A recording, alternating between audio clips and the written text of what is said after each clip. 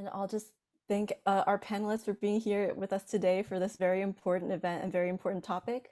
My name is Elizabeth Yao. I'm the manager of Project Jumpstart, which is the student internship team that works with the Office of Entrepreneurship and Career Development to bring you guys some events on things that hopefully will be helpful to you as students. And these three guests here are here to shed some light on a very complex and tricky topic, which I know is like very stressful for many. I'm just going to say I have a few questions prepared, but I do want to emphasize that this session is for you. So if you have any questions at all during the session, just unmute yourself, raise your hand, or pop them in the chat. If you want to keep your question anonymous, you can also directly message me, or you can directly message one of the presenters and ask them to ask to be kept anonymous. With that, I'm going to introduce our panelists. So I'm just going to go with whoever's next to me on Zoom. So Domonic is right there. Domonic is an international student advisor at the Office of International Services, the OIS, and he has been working there since 2003. So he has a lot of experience. And I believe your background, I Googled your bio, your background is in anthropology and Central Eurasian studies. So That's right. very cool background. Yeah. And then next to me is Suyeon Ko, who is sorry, I should say Dr. Ko. She received her DM at the IU Jacobs School of Music and is now working on the flute faculty at Western Illinois University. She's also the co-founder of IU Flute Academy, which is a very cool accomplishment. And then we have Christy Grace, who is coming to us from North Carolina. Christy Grace received her PD here at IU in the studio of Eric Kim. And then she is now working as string teacher as well as academic coordinator, I believe, at OrtKids with Baltimore Symphony. So a lot of very cool career paths going on here. So I guess we can just jump in with my first question, which is I wanted to ask those of you who are graduated from Jacobs, if you could give us a brief overview of the activities and jobs that you've done since graduating. And maybe Suyeon, can we start with you? Yeah, absolutely. Well, first of all, thank you so much for inviting me to talk about this topic, because when I was a student, I was always wanting to have some insights and wanting to talk to somebody who has a job outside of school. So thank you. So after my graduation, I started working with the pre-college department at IU, and I was also working at the office, and I started the Flute Academy along with Professor Thomas Robotello, and I held that job for about a year, and I got this flute professor job at Western Illinois University. Mm-hmm. Thank you. And Christy Grace, would you go? Sure. So back in 2018, when I was about to finish my PD, I was actually auditioning for another fellowship with Community Music Works. It's actually a string quartet chamber residency. And I was actually on the finalist. I'm very thankful for that. And at the final stage, they said, sorry, we cannot sponsor you. Like, are you still willing to come and just take this opportunity? I said, of course, like, I'm just going for the experience. And, you know, it's very interesting because that connection stays even until now. I'm still keeping a close connection with the founder, with the lead education director there. So very thankful for that. And from that experience, I applied for the first fellowship that the Baltimore Symphony is opening through OrtKids. So then I'm so glad to be selected as their first fellow, along with actually another IU alumna. Actually, she's a double bassist. Her name is Lindsay Bobyak. So then we both actually met there and did our first year together. So since then, my role with OrtKids has been extending to, they trusted me with a role, with also the first role of partnership between Peabody Conservatory of Music and OrtKids. So that I work closely with their students, federal work study students, and to manage like our first private lesson academy that takes place every Saturdays. So then that evolves to virtual academy since March. And then also this last August, I represent OrtKids in a fellowship that is based in UK called the Firebird Fellowship with the initiative from the Hilti Foundation for the Academy for Impactful Music. So I'm just totally enjoying the ride. You know, I think like as an international person myself, it's just like, you know, it's like something that we can do with what we know and just go with that and see if one door closed, the other door will open. So I think that's just an encouragement for me to do it that way. So it's been a really good ride. Thank you for having me here and to share this with you. The OECD staff, like Joni Spain is my direct advisor, and I'm still in contact with her even until 2 weeks ago. So please be friend with them. Like they're just such a great people to continue to in your journey. So Wonderful. Thank you for sharing. So I'm gonna shift now to talking about CPT and OPT. I know it's like a very broad topic, but are there some things what are some things like timeline documents that students should really be careful of if they're thinking about applying for CPT and or OPT? And maybe Dominic, we can start with you since you've probably advised a lot of people on this matter. Yeah, absolutely. So for students in performance-based degrees, that would be performer diploma, artist diploma, the MM and the DM program at IU. There's a lot of opportunity for CPT after a student has completed an academic year of being in residence. And right now that's kind of critical because up until the pandemic and when students were trying to come to the US, but maybe some students were staying at home for part of their degree program, the way the government's kind of defining things is a little different, but it's always okay to check with international services if you're not sure if you're eligible for it before you would, you know, take an opportunity and not be able to do that. But essentially, the CPT process for performance-based students is actually very, very simple, provided that you have an offer of that maybe it's work with a regional orchestra, maybe that's other things like that.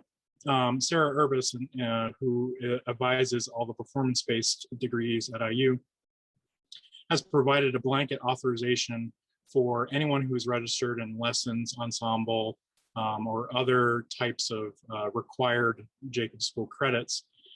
So if you have a performance or something like that that's coming up, it's easy for us to do that. We would certainly just ask that you would give us maybe 7 to 10 business days to make sure that we could get that to you before that performance starts. So CPT is actually pretty easy. For doctoral students who are in the PhD in music, Sarah works with those students to, it's a little different process, but for the most part, it's really just tying the performance or whatever it is that you wish to be doing to your curriculum. And for most students, that's pretty easy. Sarah is a wealth of information and a wealth of help for any student who would be advised by her. So certainly if you had questions and wanted to talk out what you wanted to do, Sarah is, her door is open. So for CPT, the consideration is, if you can give us a week to 10 business days to get that into your hands, then that works pretty well. OPT is a little different creature because OPT is part of a process that we assist you with, but then once you mail that to the USCIS, the government, then it's a little bit out of our control for the most part. And really, for most students, it's just a question of waiting. Typically, students will apply for OPT in their final term of study. And so for most students, let's say you're finishing in a fall or a spring semester, you can apply for OPT up to 90 days before your expected completion date. So for example, for students who are finishing this May on May 7th of this year, those students were eligible to apply for OPT starting in February. You can also apply for OPT after you have finished your program of study, but it's really important to remember not to depart from the US if you have finished your program of study and before you apply for OPT, there are immigration complications there. But we're more than happy to meet with you individually. Anybody who's interested in applying for OPT or has questions about CPT, even though we're all scattered around in Bloomington and the environs, we still are doing appointments through Zoom to talk with students and talk through this process. So if anything comes up, we're more than happy to discuss that. But there are some timing issues that are a little unique right now. But on the whole, OPT, you apply for it in your final term. CPT, just make sure that you apply in enough time for us to be able to get that authorization to you. Again, for performance-based students, Sarah has already given us kind of the permission to be able to authorize those. So just apply in time. I know that sometimes you get an offer kind of at the last minute, and we try certainly to accommodate that. But if you apply on a Friday night and the performance is on Sunday, there's a little bit of a challenge there. But we understand certainly that right now, especially with things happening kind of at the last minute, we're trying to be flexible as we can to help make sure that we get you what you need. But it's really important to remember that for any, especially performances or anything else like that, where you would be paid or compensated in some way, if you don't have the authorization, it's really important to not do it. Losing your immigration status right now, especially with travel restrictions, other things like that, would not be the best for you. So if you have a question, make sure to contact us. We're available by phone, we're available by email, we do Zoom appointments. We're here. That's pretty much the whole reason why we exist at the university. I'm also, by the way, I'm married to a musician who got his DM at IU and as an adjunct faculty. So I know the music world. I'm definitely a person you can come to with these questions as well. I'm myself not a musician, but I do know a lot of the things that might happen for musicians. So please feel free to use me as a resource as well. Awesome, thank you. Suyeon or Christy, do you have experience with OPT or even CPT that you want to share? So throughout my studies at IU, I asked so many CPT visas because I played with regional orchestras like Evansville, Columbus, and Terre Haute. But they really know that the international students need that letter well in advance. So when they ask to play with them, they actually offer the letter right away. But I had an issue to get the CPT visa on my last year when I had the dissertation credit. So it doesn't have performance related courses that I was taking because I wasn't taking lessons or orchestras. So I had to write a letter that why playing with this orchestra is relevant to my dissertation. That was the only issue that I ran into on my last year. So for my OPT experience, I think to what Dom has mentioned, please stay close and be friendly with them because they're your frontline people that keeps a close watch of what's happening in the immigration level. So in my experience, I always follow their news, like in terms of not only the news about what's happening with the immigration, but like if they do like seminars, like webinars, like make sure like, do your best to kind of like follow them because they did a clear, very helpful timelines or presentation, what to prepare early in advance. When can you apply earliest for your timeline? When is your latest date? They do all the calculation for you, like, and you can explain to them your situation. When do you want to start? I think start date is important because like for me at that time, I pushed to the very last minute for my latest start date. So then if in case I need more time, I don't have to wait or I don't have to waste 1 month or 2 months to get my employment secure. So please be in touch with them. In my experience, they they are always helpful and never I'm not, you know. So I think like I can echo with what Dom said. And you know, when to apply is absolutely important, but how to prepare for those, like what documents and you know, things that you need to be valid for how many months, like just those things that you don't want to wait until the very last minute to know. So that's my experience. And I mean, if you do that, like I think like for my experience, it's been very smooth. I get my card way earlier before my start date, even though it's stated on the start date when I can really start working. So again, if anyone has any questions that come up, just pop them in the chat or raise your hand. I was curious, for those of you that have done OPT or were planning to do it, did you have like a backup plan for what you were going to do if you didn't find that job within the 1 year? I was also so when I filed for OPT visa, I also was on a process getting O visa, which is the artist visa that all musicians can apply. But you have to have some sort of documents of like playing here and there and why you have to be remained in the US as a performer. But I was preparing that at the same time because O visa usually takes a year to get it. So getting being in OPT visa actually earns you time. So I thought of it as the time to looking for the job and waiting for the O visa rather than actually actively searching for the job around that time. Mm-hmm. Christy, what about you? Well, personally, I always have faith in my Lord, so I don't have backup plans in terms of I don't figure those out myself. But I do believe like that's wisdom to like be prepared on multiple ways that are available to you. So I'm a firm believer that I don't pass opportunities. Like that's how like I cannot predict what will happen in a few months or a few weeks. But if the opportunity is in front of my eyes, I will pursue them. That's how I see those things.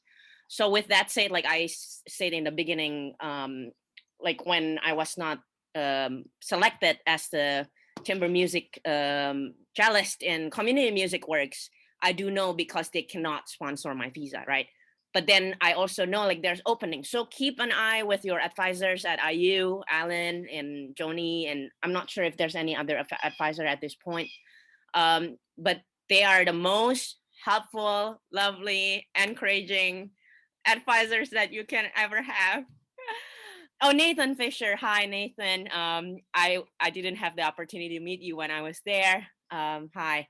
So with that said, so yeah, I mean, if backup plans like comes up and as you prepare for one thing, I think it doesn't do you hurt, you know, like to prepare for those two. And I also learned that sometimes it's easy to feel discouraged, maybe like not to pursue an opportunity because you don't meet all the requirements that are listed. But as my dear career advisor said, Joni Spain said, like, if you even meet like 50% or 60%, just go for it and let them decide. Let them know you a little more. You know, don't decide that yourself. Let you're not qualified. And I think I can only say that I've been believing in that, and you know that's been working for me. I do know few friends like Suyeon that's very highly accomplished in performance field that they apply for doctorate or they also prepare for further education in case working is not available. So one thing I wanted to remind anybody who's especially thinking about OPT, the regulations around OPT say that you need to be working in your field of study for more than 20 hours per week once the OPT has begun. What they don't specifically define, which is a good thing, is whether or not you can work for multiple employers, which you can, whether it has to be paid, you don't, and other things like that. So for a lot of, especially students who are transitioning from one thing to another, or I know that in the world of music, you might have a steady gig with one particular orchestra, but maybe several other things are happening in the background as well. So when it comes time to think about that, maintaining OPT and the more than 20 hours per week, just remember, you can work with multiple employers and report that. So, and when I say employer here, I'm also talking about opportunities that may not be compensated in the way that you might think about it with the paycheck. So, so I know that for a lot of students, there's a little bit of anxiety about, well, I'm only working 10 hours a week here, but you know, is that enough? But I'm also doing 2 or 3 other side things as well. Keep that in mind, and we can make that work so that when we report, when OIS reports your OPT participation to the through CVIS, we can list 5, 6, 10 different employers, if that's what you've got, to make up so that you can be compliant with that. So I know, especially for a lot of musicians who may not have something that is over that 20 hours a week as one position, that's helpful to keep in mind. You can have multiple employers and they don't necessarily have to be paid. You can do volunteer work in your field of study and have that count as OPT employment. That's super, super helpful to know. I think that's a distinction that people don't really hear about that often. I want to shift gears because I got a student question about the O visa. So this person's asking about the application process, how difficult it would be to get one, and how long does the O visa allow you to stay in the States? So any of you feel free to jump in. So O visa, first of all, you need a lawyer who can help you to gather all the informations in one place. I know it costs a lot, but they can get the job done for you. So it proves that you have regular concerts at least once a month, and get the letters from your teachers or anybody who has some reputations in the US, whoever know that name anywhere. And it doesn't matter how much you make a year, as long as it shows that you're active as a performer in the US. And it could take up to a year to actually receive the visa. So I recommend to start getting in the process once you apply for OPT visa, so that you don't get anxious about getting the visa or not. But I've seen the cases that if your application is pending, that means that you just need to submit extra proof of your worth. And I've seen people getting the visa after that. So it's just my case and then the cases of my friends, that I haven't seen anybody who got actually denied of receiving the visa. And it's valid for 3 years, and you can keep filing the visa again and again. So, but the thing is, the O visa, you have to have a sponsor, and you can only work for the person that sponsored you. So a lot of performers, they hire agency, so that any work that you do outside of the agent, they hire the agency, and then you get paid through that agent. If the school is sponsoring you, then you can only work for the school, which is kind of, not ideal for musicians, but yeah, that can be the way. I've seen a lot of string players actually from IU. They are hired to full-time orchestra jobs, and then they have O visa, but they can only work for that orchestra. But they provide the letters for you. Mm-hmm. That's super interesting to know. Thank you. And it's also encouraging that you haven't encountered anyone personally that has been rejected. That's helpful to know. Yeah. It's a long time. Yeah. Christy, I think you told me that you could speak a little bit about like legal experience and lawyer experience. Okay, so my visa is actually H-1B. I actually do not know yet who got an H-1B visa to teach music. So my case is absolutely just very divine, and it is a lot of favor that I got from my employer also with the Baltimore Symphony. So I think for H-1B, and I think Elizabeth, you in your question list, like you were asking about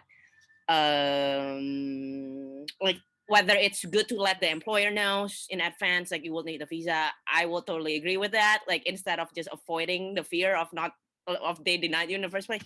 I think it depends on it depends on who's going to hire you. But in my situation, as I learned, the fellowship situation was 2 years at that time.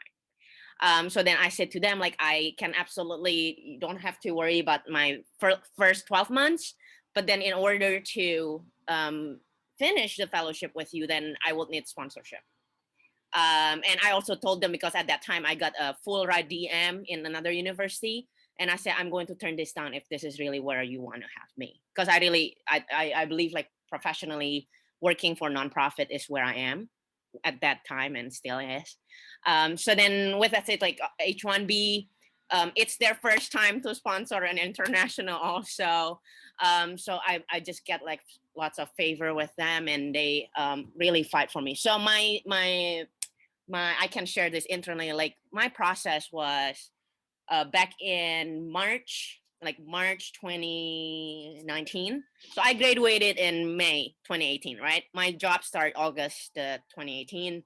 And then March, like we start to secure a lawyer. So just make sure your lawyer knows what to do, like knows exactly the timeline, and they're really expert in immigration.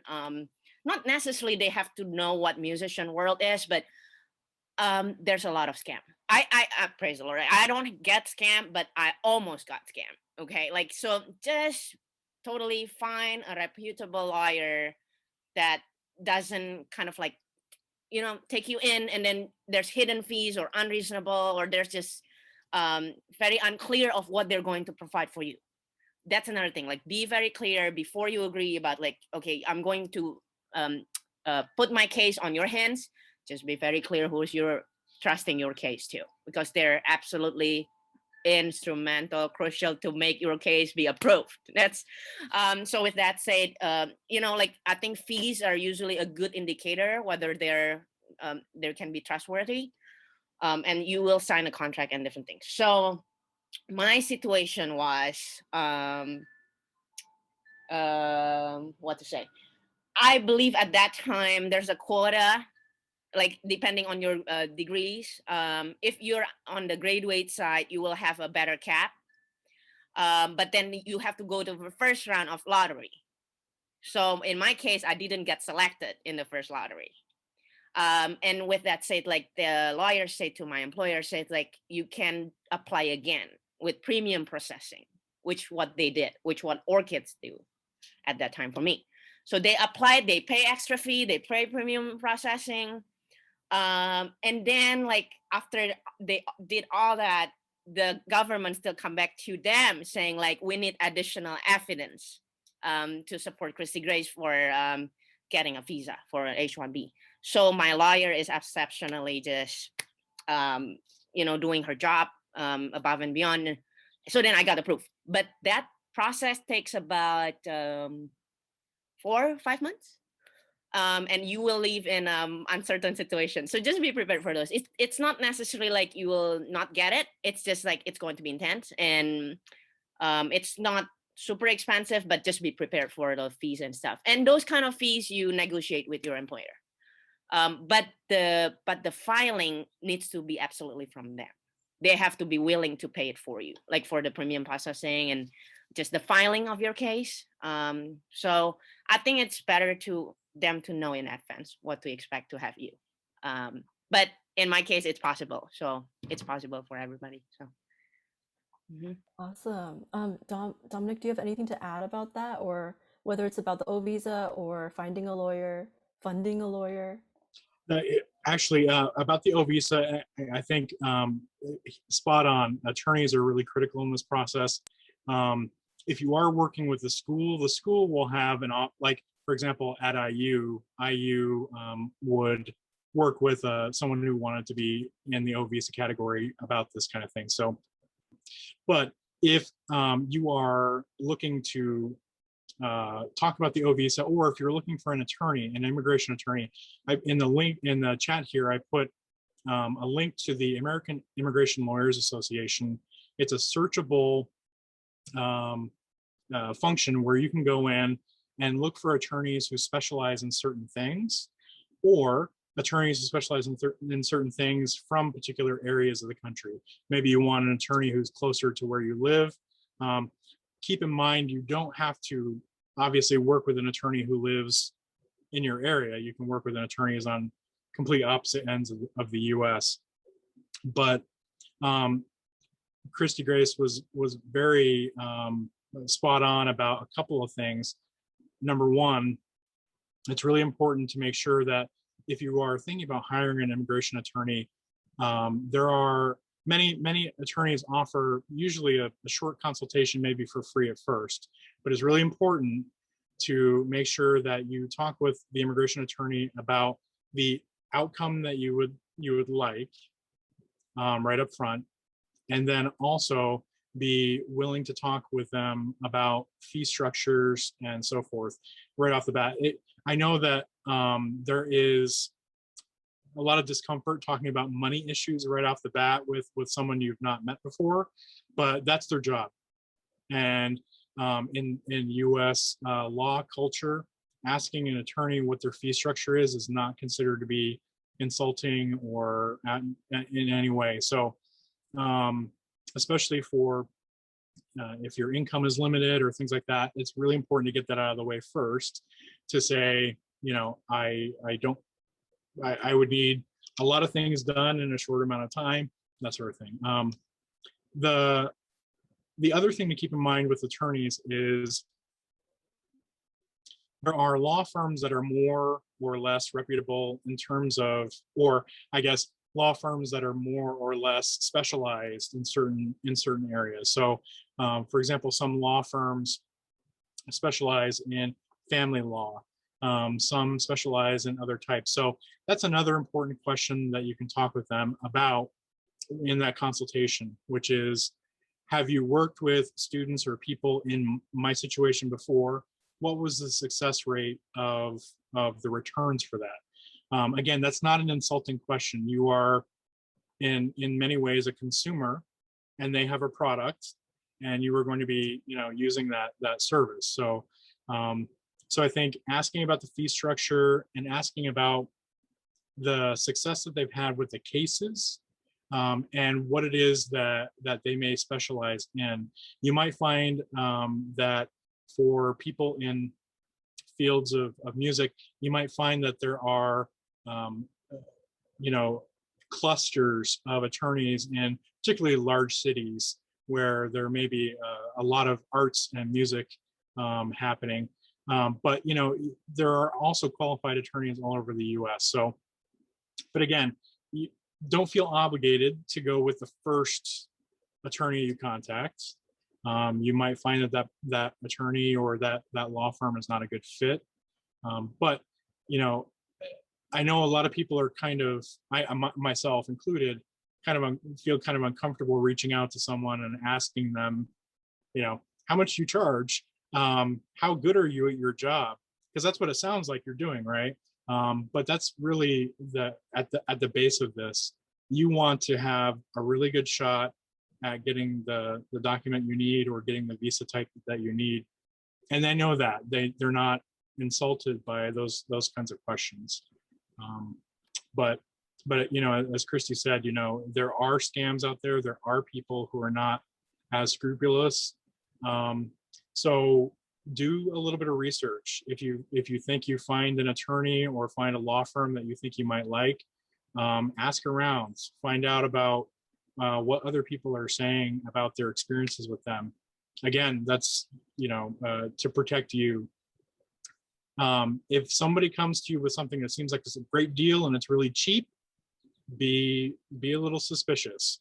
A lot of things that happen in the legal world in the US unfortunately do cost some money, but hopefully the outcome of that will be something where you would be hopefully earning that back relatively quickly, but it is a little bit of an expenditure at first. There are nonprofits that do work with musicians and work with other people in the arts. Those tend to be clustered in some of the larger cities: New York, Chicago, San Francisco, Los Angeles. But their services, because of the number of clients that they serve, they might not be able to provide as broad a service as you might need for some things. So just keep that in mind when you're looking for that. That's super good advice. I got another student question, which was, is starting a business in the US as an international student an option, and how would that process work? So instead of working for someone else, becoming self-employed. I can speak to that from the immigration point if others have thoughts about personal points of view as well. From an immigration standpoint, starting a business in the US on OPT is great. You can do that. Where it kind of comes down to where, once your year of OPT is going to be ending, where do you go with that? One of the things that is important to keep in mind is that you can't self-sponsor yourself for a work visa. You can't be like, I'm great, and here I have a visa, which would be ideal, but is not currently possible with immigration law. So if you are starting a business and wish to start a business, it could be a good idea to work with other people who are either US citizens or US permanent residents to form a group, something like that, so that maybe later on there's a way for you to work with other immigration options as well. But again, consulting an attorney, if you're starting a business of your own, consulting an immigration attorney who also specializes in business law and entrepreneurship law, that really is kind of the linkage that you would need. Starting a business on CPT, not possible under the current regulations. You have to have an employer who is asking you to do something as opposed to that. That doesn't mean that there aren't people who work for themselves to do lessons and performances and other things like that. In a lot of ways, you are self-employed in that sense. But in most cases, you're being offered an opportunity as opposed to creating an opportunity yourself. So on OPT, you could certainly do that. And we have had a number of students who've started up successful businesses and then later on moved into other work visa categories or other type of investor categories and things like that. But that's just sort of the immigration side of things, but I know others may have had personal experience with that. Christy or Suyeon, do you have anything to add to this topic? I think there's a lot of information already shared, and it's easy to feel overwhelmed. But it's just like keep in touch and try to expand connections. Like in terms of, for me, how do I gauge what Dom said about do a careful research about your legal your power of attorney. Actually, like one way that I felt it's very good for me that works is that I look in the area. So once you get, I think we talk about this a little ahead. Like once you get your employment, maybe it's easier to talk to think about this. But if for a longer run, just keep this at the back of your mind. In your area, like in your state or in your city, do research about law clinics. So if you go to universities, look at their law clinic for students, contact them, say like, do you have any reference for this? Also, you can look for immigration professors, like law professors that specialize in immigration, and you can send them an email. If you have a connection in law studies, like in terms of if you have a connection with a professor, like law professor or something, you can also say, I would need you to refer me to contact this other law professors in that particular city, so that you don't just jump in with a cold feet, and say like, please help. But that's like one thing that I realized that can be super helpful, is because usually they reply.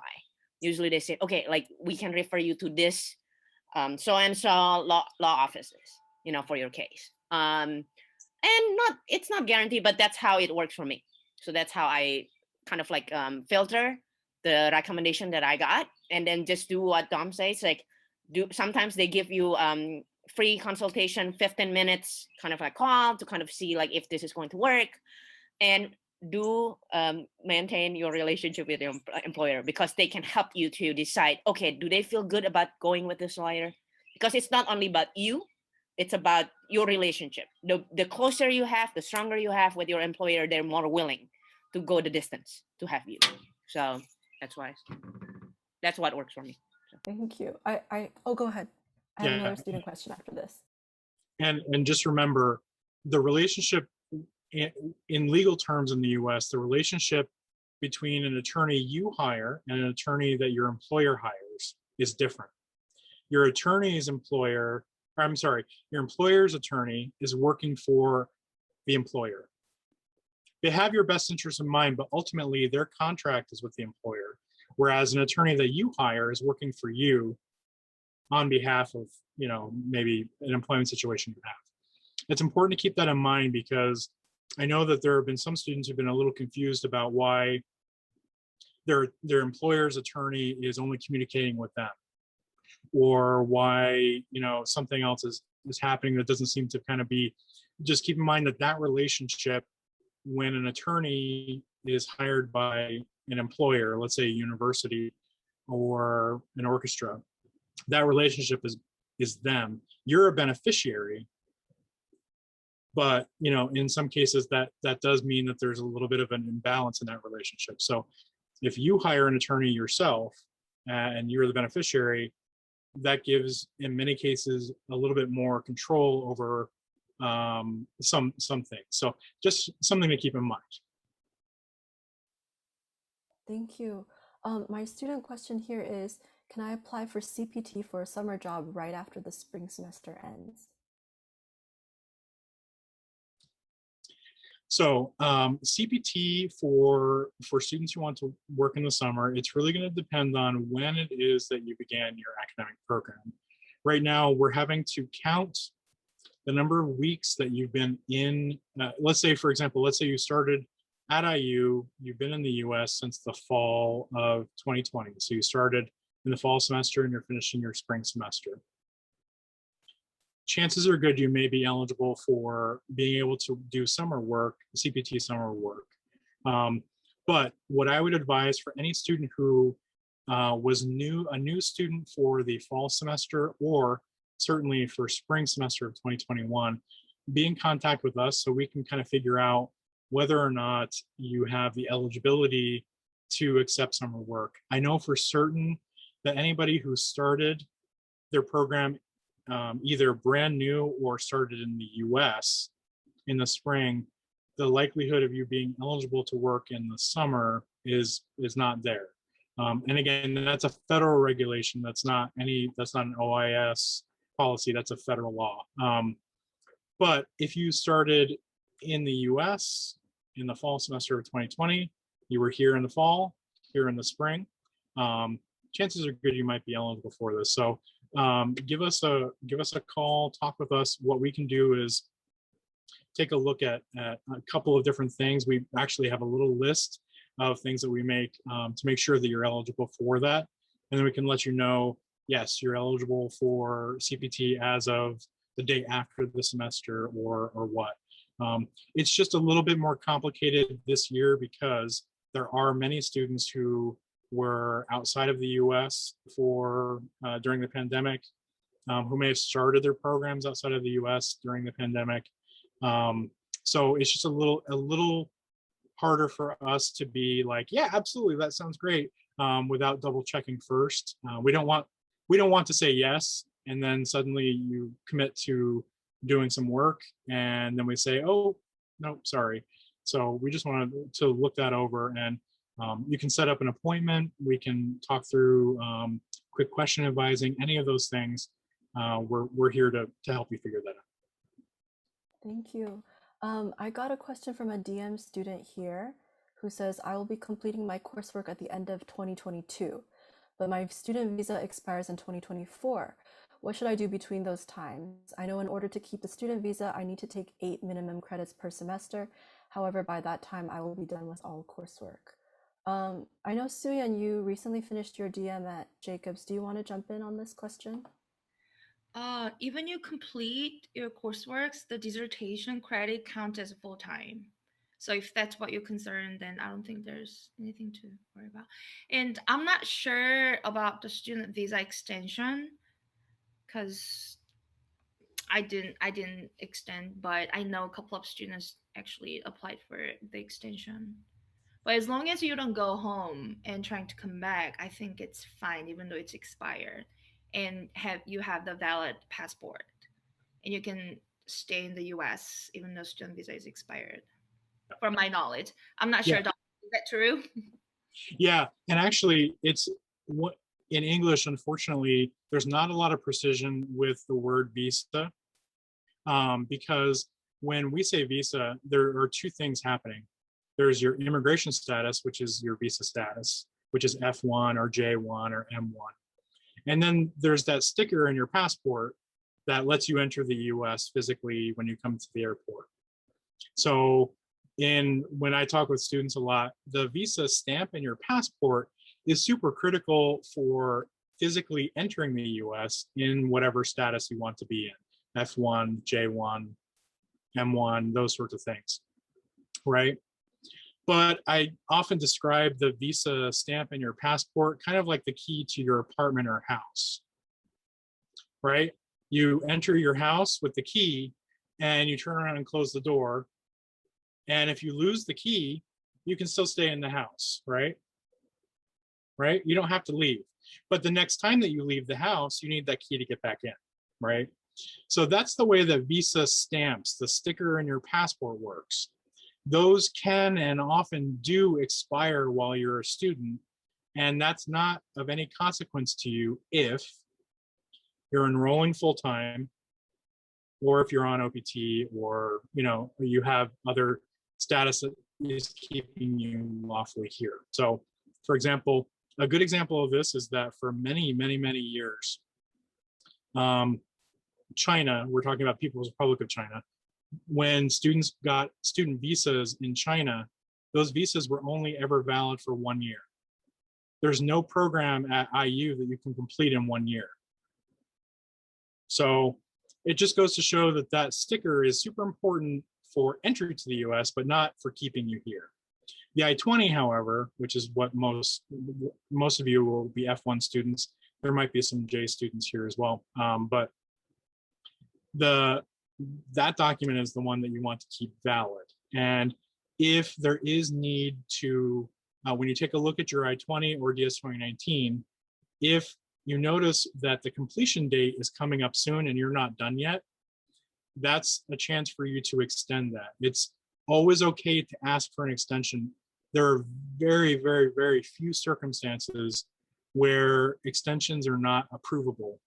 And that's only if your department says, nope, they can't be a student anymore, which is extremely rare at the university. So, so take a look at your I-20 or your DS 2019 and look at that completion date and think about that. If you need to apply to extend that, we're here to help, and so is your department. Sarah, for all the performance-based degrees, and actually the doctor as well, Sarah is there to help you fill out those forms and help us get a better sense of those things. So yeah, the visa stamp versus visa sticker, or visa, in your passport versus your status, that's just it's because English is not a very good language at expressing those two concepts. So just keep in mind that the most important document you have, even though it's the one that doesn't seem as important, is actually your I-20 or DS 19, those little pieces of paper. Thank you. I love that key, the house key metaphor. That's a great way to think about it. I just want to remind people who are listening in that our session is going to end in 10 minutes. So if you have questions, now is the time to pop them in the chat. Oh, I got one right away. She's reading my mind. Okay, this person says, can DM students during the dissertation year work full-time off campus with CPT? Does it have to be a performance job, or can it also be a teaching job, like teaching instruments in an elementary school? Yes, you can work full-time, but it has to be related to your dissertation. I mentioned it earlier, but I was trying to get CPT while I was on the dissertation year. So after completing courseworks, you can register 1 year for the exam and 1 year for the dissertation. And I had to write a letter to explain that why playing with this orchestra is related to my topic. I was able to come up with some things here and there, so I got approved. But Sarah is extremely flexible, and she'll be happy to start that letter together, and it should be really helpful. Yeah, yes, you can get the full-time outside. Actually, it's not full-time. It should be part-time, right, with the CPT? So the unlike American work culture, where full-time is where you're working 35 to 40 hours a week, full-time for purposes of immigration things starts once you cross from 20 hours into anything more than 20 hours a week. So there is technically not really a limit for the number of part-time months or days of part-time CPT that students can use once they get beyond their first academic year. You know, there are many students who have been in doctoral programs who applied for multiple gigs, multiple employment opportunities for a number of semesters because they were a couple of hours here or there. Full-time CPT, though, does have a limit. And the limit for full-time CPT is you may not use more than 364 days of full-time CPT, because after that point, you no longer have eligibility to apply for OPT. So you would give up your ability to work after you graduate if you work too much full-time during your program. Now, you know, the question is, you know, yeah, once you finish with your coursework, you're working on your dissertation, you want to be able to work a little bit more. That's totally fine. And Suyeon is very correct about the working with Sarah, because Sarah will help craft that argument that the work that you're doing is related to your field of study and related to the dissertation that you're writing. So that's actually a very critical thing to start thinking about if that's what you want. At OAS, we're the ones who are keeping an eye on the amount of time that you're using. So we will check and say, looks like you've used 4 months of this already. Are you sure that you want to use in another 6 months of this? Because we don't want for you to lose an opportunity like OPT for, you know, for no reason. So there are some students who say, I don't plan to work in the US after I graduate. It's more important that I work full-time now. That's fine.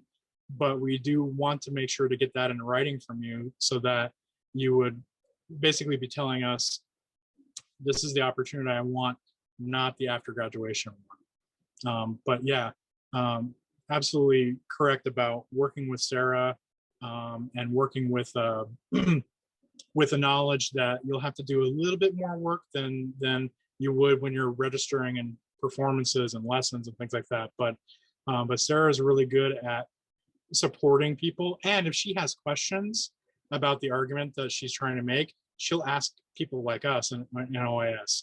So we're kind of all a team to kind of make sure that you can do this. I got one more student question, and this person is a DM student who is planning to graduate this December 2021. I'm mostly interested in higher ed jobs, and are there any cases where the employers are sponsoring O1 visas?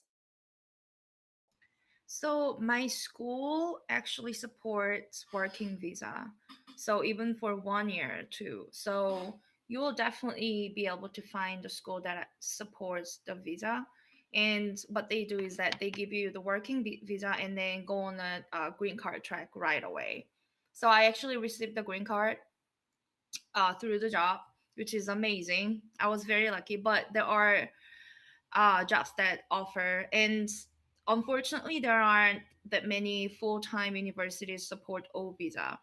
So O visa is more like performance and part-time base, and full-time they hesitate to do it because it requires to hire the agency or some third party that hires you. So it's very complicating process. But with OPT, people, I've seen people get hired with OPT visa, and then every school have their legal team, and you can definitely consult with them. And either the university supports or not, they'll definitely offer you the letter if you want to get on the green card track on your own. Yeah, I see more students who are working at universities or schools that have music programs that that have this kind of support behind them.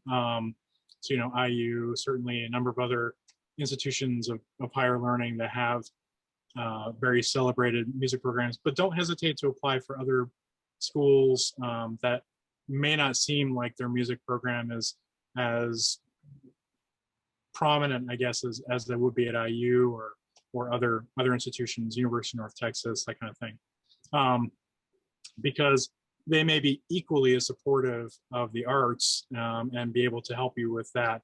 But again, you know, that initial conversation at the beginning is, you know, where do you see my employment track? What are your personal goals? You know, there are some people who want to be able to stay and do work in the US for a long time. Other people want to get some really good experience and then go home. So that's important. Well, my advice to that is, I know that when we look for the job and apply, there is a section that we have to select either we need a sponsor or not. Yeah. I would suggest you to say not, and the visa is actually come up when you negotiate the job. So they can't discriminate you against your visa status, and it's actually not revealed to the search committee. All they see is who you are and what you're capable of, and if you are going to fit in the job. And once you get the offer, then it's time to negotiate your visa. So even though the school doesn't support, there is a way to get some kind of support from school. So I wouldn't feel like, oh, I don't have visa, I shouldn't apply. So I don't want you to think that way. Just do it. And if they offer the job, then start negotiating and then talk about visa. And it's actually, the departments are separated. So music faculty don't care if you have visa or not. And it's the big university that they're the one spending money on extra. So music faculty don't care. The only application question that does catch people is the question of if your position requires that you be a US citizen or permanent resident, then you need to answer that as truthfully as possible. But I think you're spot on, Suyeon. You know, I get asked that a lot about, you know, should I answer yes or no about sponsorship? Do you need sponsorship? And I know a lot of students feel very anxious about saying, I do actually need sponsorship at some point, but maybe not right now. And I think that for a lot of people who are, after they're completing their program, they're applying for OPT. The good thing about that is OPT is that safety net, right? That's a year that they don't have to sponsor you for something. So, you know, that's for many people who are going into the workforce, going into employment situations, you having sponsored yourself for a year worth of work authorization is attractive. And so make sure that that's in your back pocket too. I've got a year that I can use. You don't have to sponsor me. You just have to like me and hire me. So. Oh, I forgot to mention, but my school has piano accompaniment staff positions, and they all here for O visa. So it's possible. They're here with O visa. Forgot to mention. That's great to know. I think we are at the end of our time here today. So unless anyone has any like final quick thoughts or comments, I just want to say a huge thank you to our panelists for being here today and for shedding a lot of light on this topic, which I know can be very stressful and sensitive, but I think you guys have really, it's really encouraging to hear, you know, from your own experiences and your own wisdom over the years. So let's give them a big round of virtual applause. Yay! And Dominic, if someone wants to contact you for an advising appointment, is that possible? Absolutely. I'm going to put the information about how to contact me. This is my direct email address. So that goes directly to me. If you wanted to set up an appointment, the actual easiest way to set up an appointment, even though we are remote now, is there are people in the office who access my calendar in real time. So, you know, let's say that you email me and said, can we meet at 2 o'clock tomorrow? And I say, yes. In between that point, someone else could have snapped up that appointment. So the easiest thing to do if you want to set up, especially a Zoom appointment, is to give us a call at, so that's the Office of International Services number, and our service representatives will take a look at my calendar, and they'll say, are you available this time, this time? It's all in real time. They'll put you in for a slot, and I'll be happy to talk with you about any of these things we talked about today or anything else. Awesome. I'll just read out the phone number for the students that requested the Yes. recording. Yep. It's 812-855-9086. 812-855-9086. Okay, I sound like an infomercial announcer or something. Right. All right. Okay, I want to be respectful of our guest time. So thank you just again from the bottom of my heart for being here, for sharing your time and your wisdom. Thank you so much, and Thank hope you. you have a great Pleasure. rest of your day. See you later. Take care.